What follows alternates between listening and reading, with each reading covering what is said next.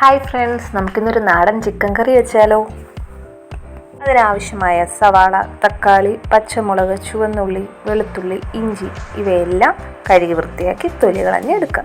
കൂടെ തന്നെ ചിക്കനെയും നന്നായി കഴുകി വൃത്തിയാക്കി എടുക്കുക.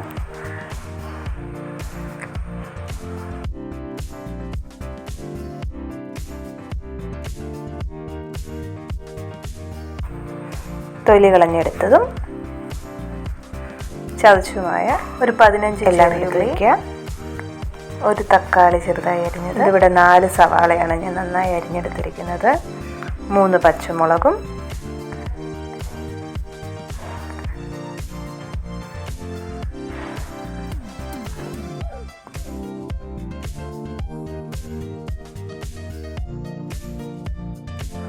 പച്ചമുളകിനെയും ചുവന്നുള്ളിയും നമുക്കൊന്ന് ചെറുതായി ചതച്ചെടുക്കാം.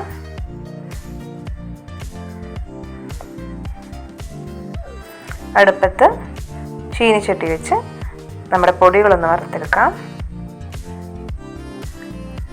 മുളക് പൊടി, മഞ്ഞൾപ്പൊടി, മസാലപ്പൊടി, മല്ലിപ്പൊടി ഇവയെല്ലാം കൂടെ ഒന്ന് വറുത്ത് കോരിയെടുത്ത് ഇത് 2.5 കിലോ ചിക്കനാണ്. ഇതിലേക്ക് നമുക്ക് മിക്സ് ചെയ്യാം. നമ്മൾ ചതച്ച് വെച്ചിരുന്ന പച്ചമുളകും ഇഞ്ചിയും വെളുത്തുള്ളിയും ചുവന്നുള്ളിയും കൂടുമായുള്ള പേസ്റ്റും നമ്മുടെ മസാലപ്പൊടികളും കൂടെ അതിനകത്തോട്ട് ചേർത്ത് നന്നായി ഇളക്കിയെടുക്കാം. കറിവേപ്പിലയും ഉപ്പും കൂടെ ചേർത്ത് ഇളക്കി യോജിപ്പിക്കുക.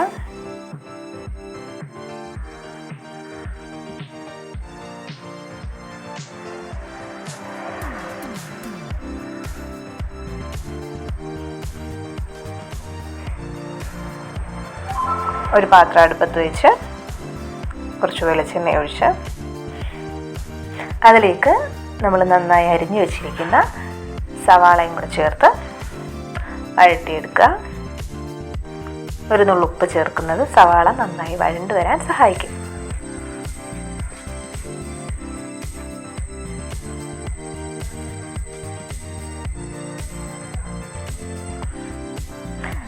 അതിലേക്ക് അരിഞ്ഞു വെച്ചിരിക്കുന്ന തക്കാളിയും കൂടെ ചേർത്ത് ഇളക്കി യോജിപ്പിക്കാം. കറിവേപ്പിലയും കൂടെ നമുക്ക് ഇട്ട് കൊടുക്കാം.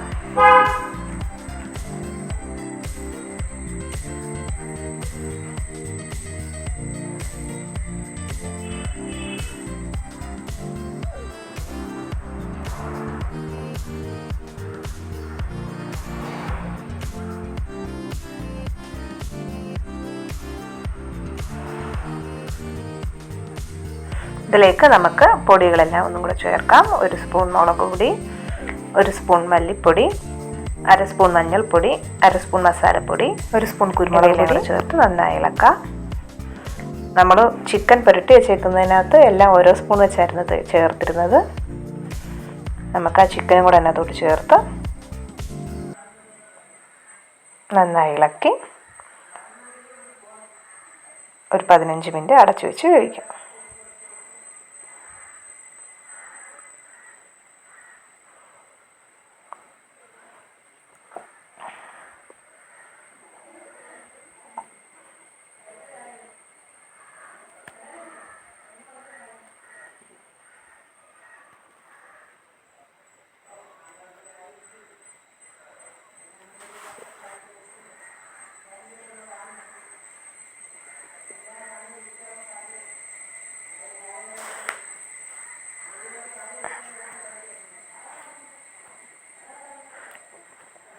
നമ്മുടെ ചിക്കൻ കറിയുടെ റെഡിയായി. കുറച്ച് കറിവേപ്പിലയും കൂടെ ഇട്ട് ഗാർണിഷ് ചെയ്ത് നമുക്ക് സെർവ് ചെയ്യാവുന്നതാണ്.